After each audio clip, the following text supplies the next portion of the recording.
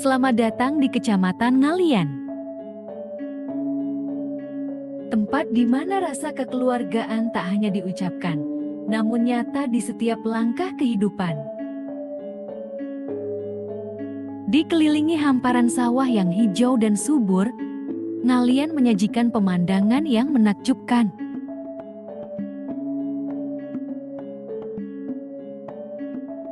Kekayaan hayati yang ada memperkaya ekosistem di wilayah ini. Kecamatan Ngalian merupakan salah satu di antara 16 kecamatan yang ada di Kota Semarang, dengan luas wilayah mencapai 42,99 km persegi. Wilayah utara berbatasan dengan Kecamatan Tugu, sebelah timur berbatasan dengan Kecamatan Semarang Barat, sebelah selatan berbatasan dengan Kecamatan Mijan, dan sebelah barat berbatasan dengan Kabupaten Kendal. Pada awalnya, Ngalian merupakan sebuah kelurahan yang termasuk dalam wilayah Kecamatan Tugu. Seiring dengan berkembangnya potensi wilayah dan mempertimbangkan luas daerahnya, Ngalian akhirnya ditetapkan sebagai kecamatan sendiri. Kecamatan Ngalian memiliki sejarah mendalam dan penuh makna. Tiap sudut memiliki cerita tersendiri dari masa ke masa.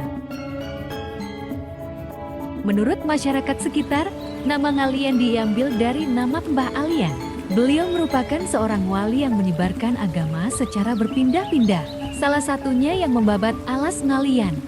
Hal tersebut menjadi cikal bakal penamaan Ngalian. Ngalian memiliki potensi yang strategis karena menjadi penghubung Semarang dan Kendal.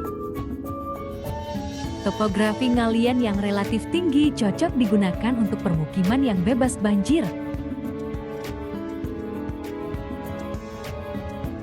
Ngalian juga menarik pendatang dari luar daerah, berkat potensi ekonomi dan lapangan kerja yang terus berkembang.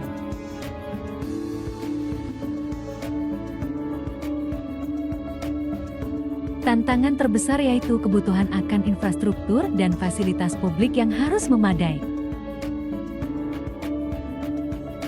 Ngalian memiliki tingkat pendidikan yang semakin meningkat, dengan berbagai sekolah dan lembaga pendidikan yang berkualitas. Kegiatan pendidikan sangat penting untuk meningkatkan keterampilan dan pengetahuan. Fasilitas kesehatan yang ada berperan penting dalam menjaga kesehatan masyarakat yang terus berkembang. Kepadatan penduduk di Ngalian cukup tinggi, terutama di kawasan permukiman dekat pusat kota. Area perkotaan Ngalian mengalami kepadatan yang tinggi, terutama pada jam sibuk. Salah satu permasalahan yang umum terjadi di Kecamatan Ngalian yaitu kemacetan, terutama di ruas Jalan Profesor Dr. Hamka.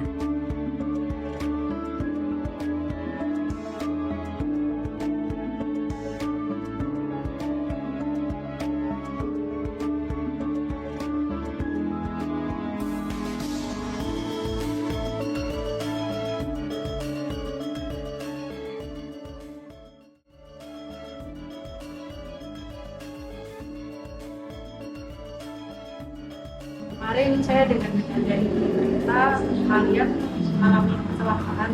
Oh iya. Itu faktor penyebabnya itu.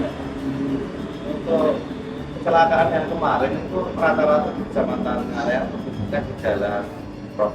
ya, jalan raya yang sepanjang dari Gerakan sampai atas ke daerah Jogja itu yang sering terjadi kecelakaan karena truk-truk muatan besar yang tonasenya tinggi itu mengalami remblong. Itu parah banget itu kan. Itu sampai banyak korban jiwa kayak kemarin.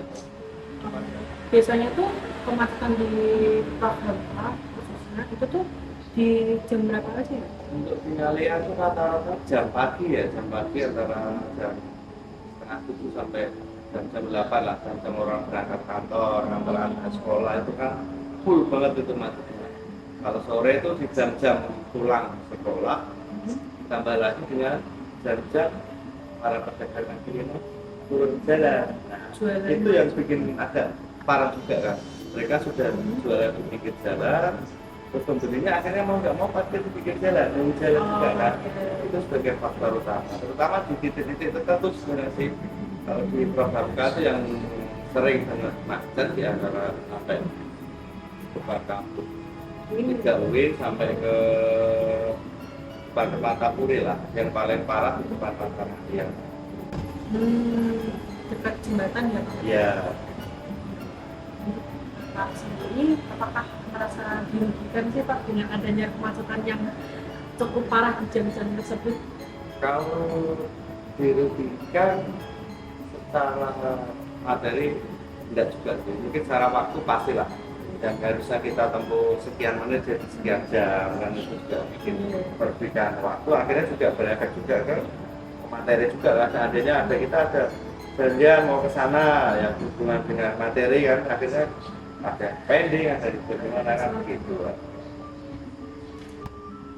Kalau boleh tahu apa sih harapan Bapak ke depannya untuk mengatasi mungkin kemacetan yang ada di Kecamatan Menarik ini Pak? Kalau harapan saya sebagai masyarakat ya, jadi pihak pemerintah yang berwajib di bidang itulah menertibkan kayak PKL, parkir yang liar itu secara bisa ditertibkan. Kalau ada warga satu tempat parkir itu kan nyaman kan, sudah terkelola dengan baik. Kalau untuk mengurangi kecelakaan yang khususnya truk besar yang belum remnya belum itu ya ditetapkan jamnya dia boleh melintas kan.